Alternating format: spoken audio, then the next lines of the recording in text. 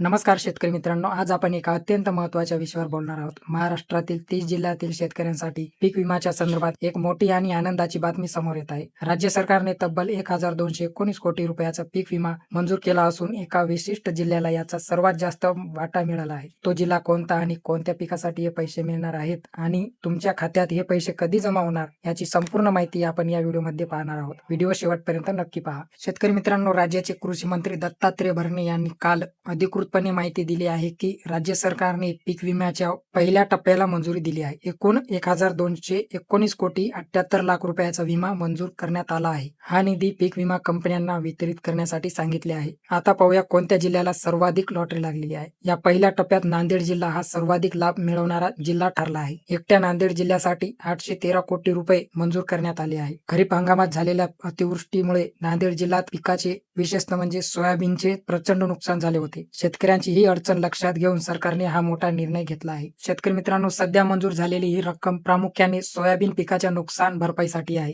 अनेकांच्या मनात प्रश्न असेल की कापूस आणि तूर पिकाचा विमा कधी मिळणार. तर या पिकाचे पंचनामे आणि तांत्रिक प्रक्रिया अद्याप पूर्ण झालेली नाही. त्यामुळे या पिकांचा विमा दुसऱ्या टप्प्यात वाटप केला जाईल असेही मंत्र्यांनी स्पष्ट केले आहे. आता सर्वात महत्त्वाचा प्रश्न, पैसे खात्यात कधी येणार. कृषी मंत्र्यांनी पीक विमा कंपनींना स्पष्ट आदेश दिले आहेत की ही रक्कम थेट शेतकऱ्यांच्या खात्यात डीबीटी द्वारे जमा करावी. पुढील 7 ते 10 दिवसाच्या आत ही प्रक्रिया पूर्ण होईल. तर शेतकरी मित्रांनो, या 3 गोष्टी तुम्ही तपासून घ्या. पहिला आहे बँक खाते सक्रिय ठेवा. दुसरी आहे बँक खात्याला आधार कार्ड लिंक आहे की नाही हे एकदा तपासून घ्या. आणि तिसरा आहे तुम्ही तुमच्या अर्जाची स्थिती पीक विमाच्या वेबसाईटवर जाऊन तुमचा पीक विम्याचं स्टेटस चेक करून घ्या. तर शेतकरी मित्रांनो, ही होती पीक विमा संदर्भातील आजची मोठी अपडेट. ही माहिती तुमच्या इतर शेतकरी बांधवांना शेअर करायला विसरू नका, जेणेकरून त्यांनाही दिलासा मिळेल. शेतीविषयक अशाच नवनवीन माहितीसाठी आपल्या चॅनलला सबस्क्राईब नक्की करा. धन्यवाद.